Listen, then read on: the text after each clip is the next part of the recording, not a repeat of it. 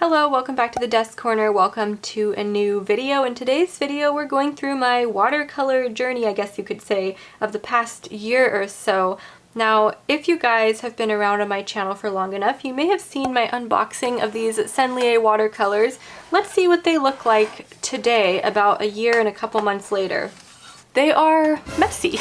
So, okay, I know that they are very well used here, and even though I haven't had them for that long, I've made quite a mess of the trays.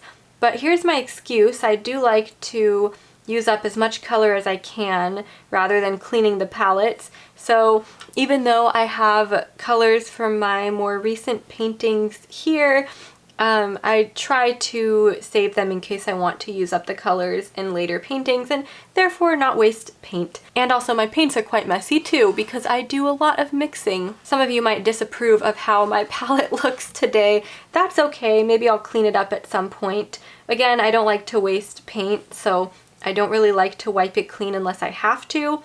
Anyways, so that's what my watercolor palette looks like. I know it's not very aesthetic. I thought it would be fun though to show you guys some of the artwork I've done over the past year-ish, and I think it was January when I did that video where I was unboxing these for the first time. And no, they were not my first watercolor set. They were my first professionals. Before that I only had the Cotman set, which I would use very sparingly because I didn't really feel like I had very good techniques with watercolor, but I committed to trying to improve my techniques. That being said, don't expect anything crazy because I didn't end up doing a ton of watercolor artwork over the past year, but I still think that practice makes progress here. So let me go ahead and grab some of my artwork that I've done with this beautiful watercolor set and we can go through it together and talk about it a little bit. So I've got my little pile of artwork here. I know it's not really very impressive. There's not a whole lot.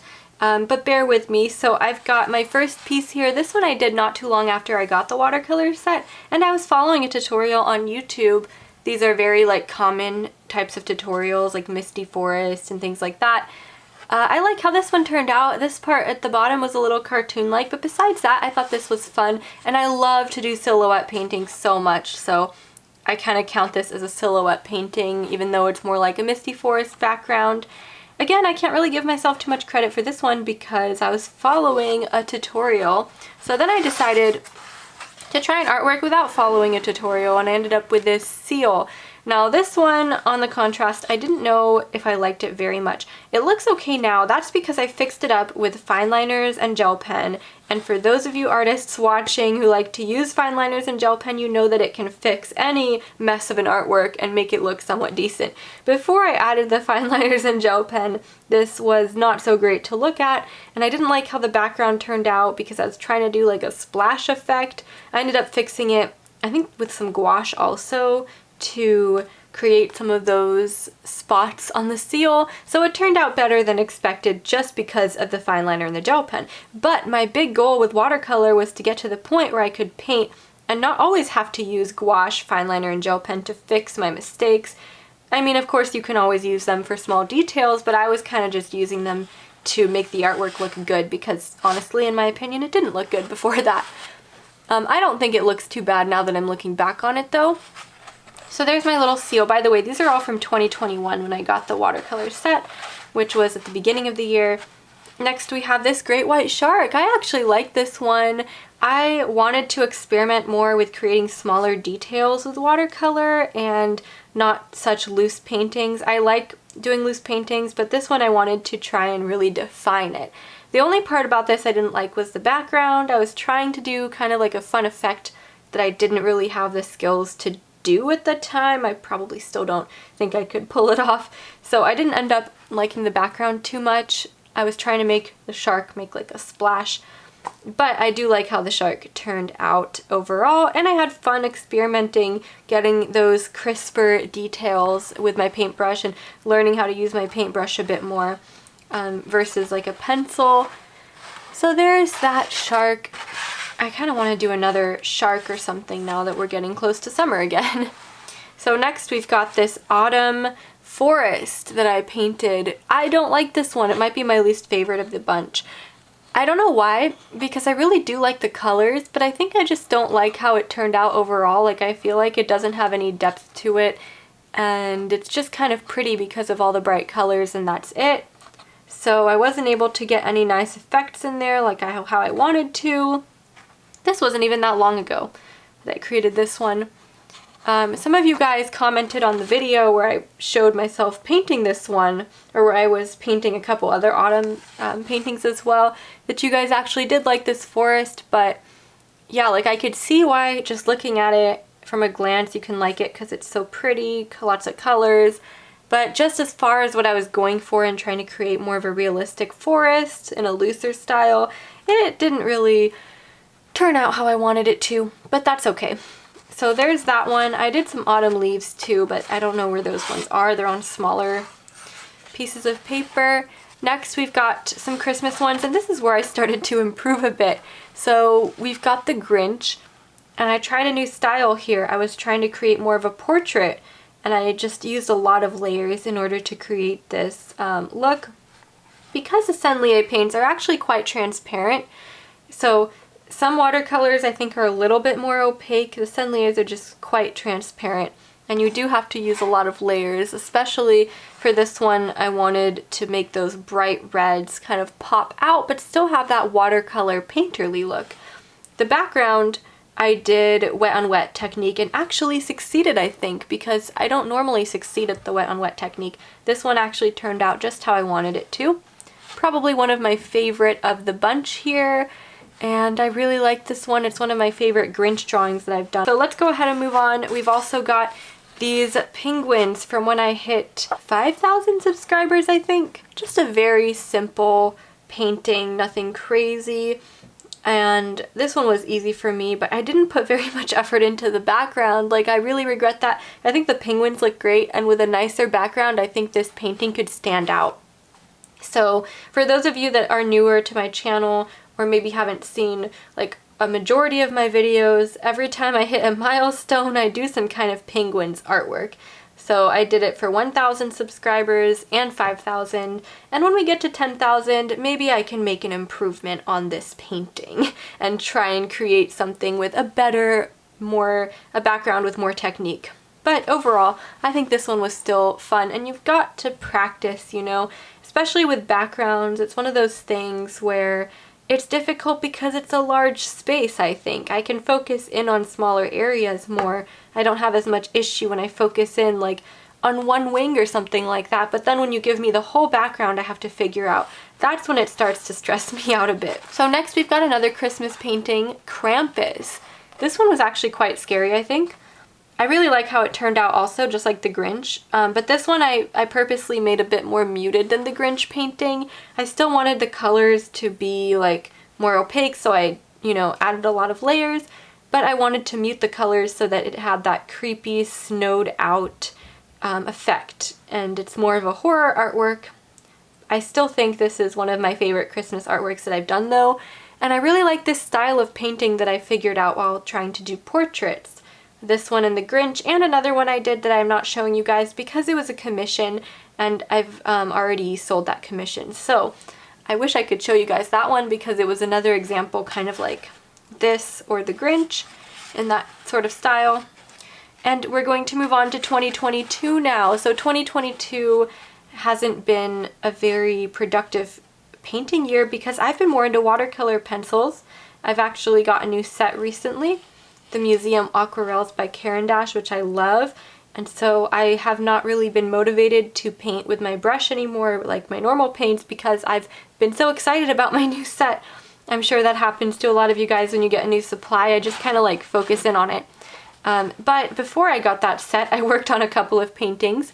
This one I really like, another one of my favorites of the bunch. It's on hot pressed watercolor paper, so you could see it's not quite as textured. And it's more of a silhouette painting, and I love to do silhouette paintings. You know, all that detail, a lot of it is just the fine liner. You guys know I love my fine liners so much. And I even thought about putting some snow effects with gel pen, but then I thought it would probably be better to leave it more simple. So there's that for you guys. Not really helping with my avoid fine liners like thing I'm trying to do with watercolor, but for paintings like this, and especially on a hot pressed paper, I think it's quite fitting. And the background turned out to be nice and smooth. And the colors I think are really gorgeous. This is one where I'd like to just kind of hang it up. It's really gorgeous. Then I did this one with my cold pressed paper. You guys might have seen that video, hot pressed versus cold pressed by Arches. And this one goes with the previous one I just showed you. It's a little bit more simple. I didn't put many details. I just did the birds. I didn't use fine liners for this one. Yay for me. I could have really dressed this one up, but I resisted that urge. And I kind of like how this one is quite simple actually, because it's exactly what I was trying to kind of learn with watercolors and master more of that simple and loose style where it looks real, but it's almost surreal, and there's a little part of it where you feel like it is a watercolor painting, you know, like you can see the water drops in some parts and you can see little droplets of paint in areas where it's not as defined. That's what I'm trying to accomplish ultimately with some of these paintings, and I don't know if I'm quite getting there yet. But this one, I really like how that one turned out. Now that I fixed it a bit, I had to darken up these mountains. They were too light. And we come to the end. So that wasn't a whole lot, you guys. We're missing one or two that were commissions, of course. But besides that, those were my main artworks. The other ones, if you remember me doing more, that's because they were in watercolor pencil. And I'm not including those in this video. Let me know what your favorites are. I've already told you my favorites as we went through, so I'm curious to know which ones you like the best. And that being said, let's jump into a new painting.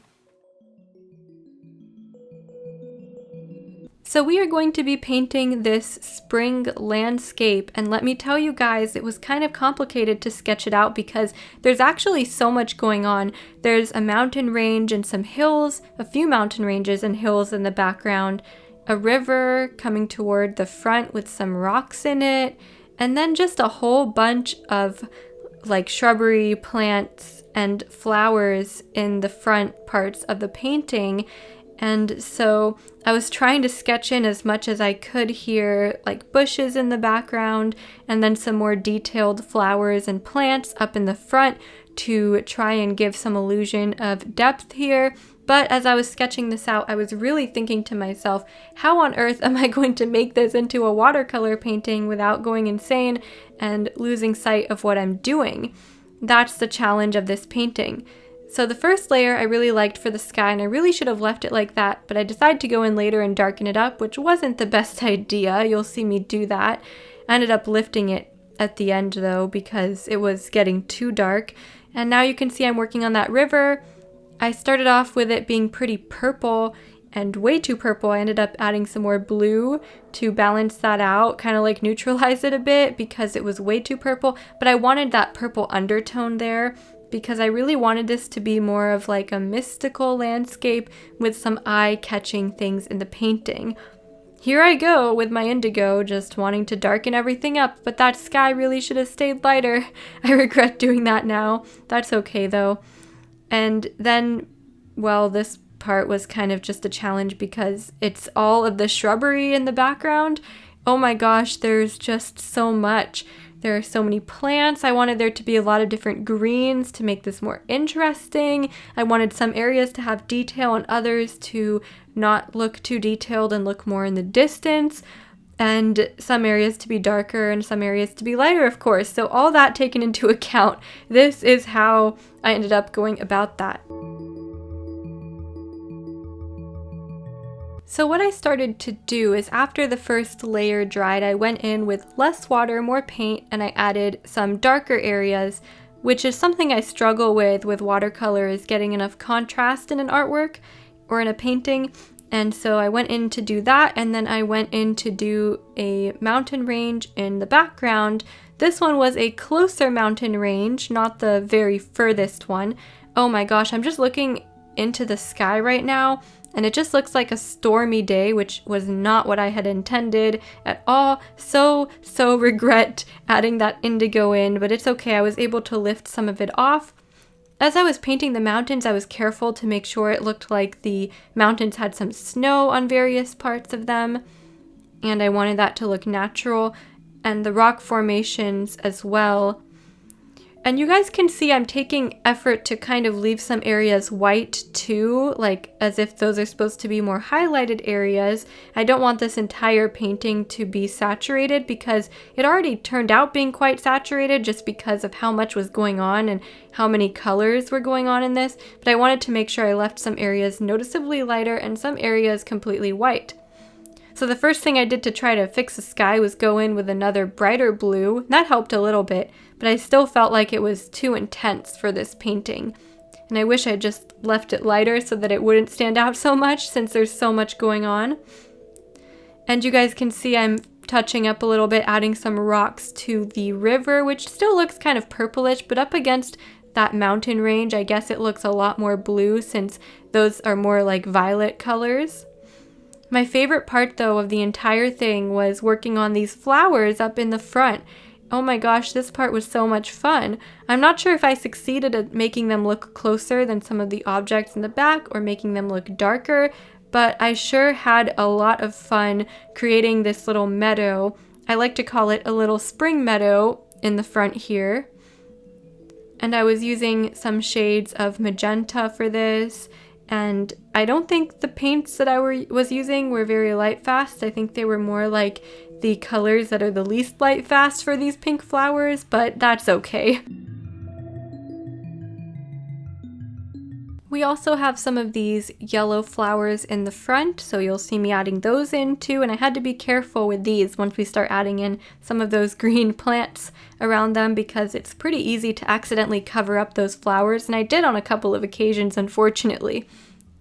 So you can just watch me create the rest of this here, but I did want to talk a little bit about watercolor techniques, and what I was going for with this painting was to have some areas really stand out as being more detailed and other areas kind of fall into the background, but I wasn't going for an entirely loose painting. I actually wanted to fill up the page with a realistic kind of scene that still looked watercolor, if that makes sense. So I wasn't entirely going for a completely loose painting style where you only focus on the things right up in the front and where there's a lot of sort of like water splashes and creativity. I guess with this one I wanted it to just be realistic but a little bit surreal and a little bit painterly, and some areas having detail, other areas kind of just falling into that sort of blurry background look while still not being entirely blurred out. I don't know if I explained that right, but I think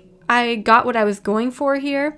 Now, some of the critiques I have for this painting are that, well, it's just a little bit busy and you don't know where to focus your eye exactly. That's how the reference photo was as well, and that's part of the challenge, I guess.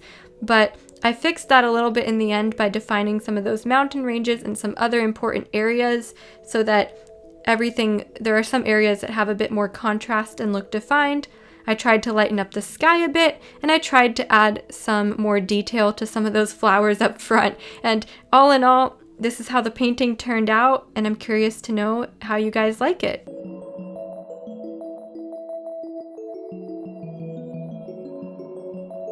And here's my painting, you guys. It's a little warped. I actually wish I could have like straightened it out before I film this portion, but there's no time to do that, so we'll have to do that later. That's okay anyway, you guys can see pretty well. So this is what the painting looks like. I lifted up some of the blue from the sky because it was bothering me, and I still wish I only did that one first light layer on the sky because everything else turned out to be so colorful that I wish the sky was just a bit lighter. The whole painting just looks a little too much. Then again, the reference photo is very busy. One of the reasons I picked it because I knew it would be a challenge for me to do. I don't think it's like the best thing I've ever done, but I think that I really tried with this one and I paid attention to a lot of the details, and I like how it turned out overall, you know, and I want to try more like this. I want to try more challenging reference photos in the future and not just always take the easy way out with my paintings. Of course, I like to do some easy fun paintings once in a while too. And yeah, let me know what you guys think of this painting. Does it remind you of spring? It definitely is very spring to me,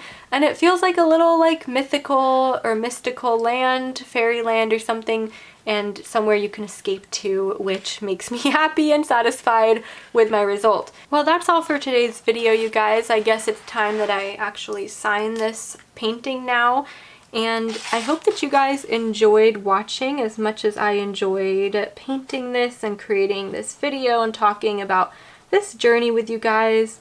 And I guess I just wanted to say that if any of you are trying to like explore a new medium or learn something new, it's very easy to get frustrated because you feel like you've been jumped back to square one. Whatever mediums before that you mastered don't really matter anymore because now you're trying something new and you don't feel like you're that good at it.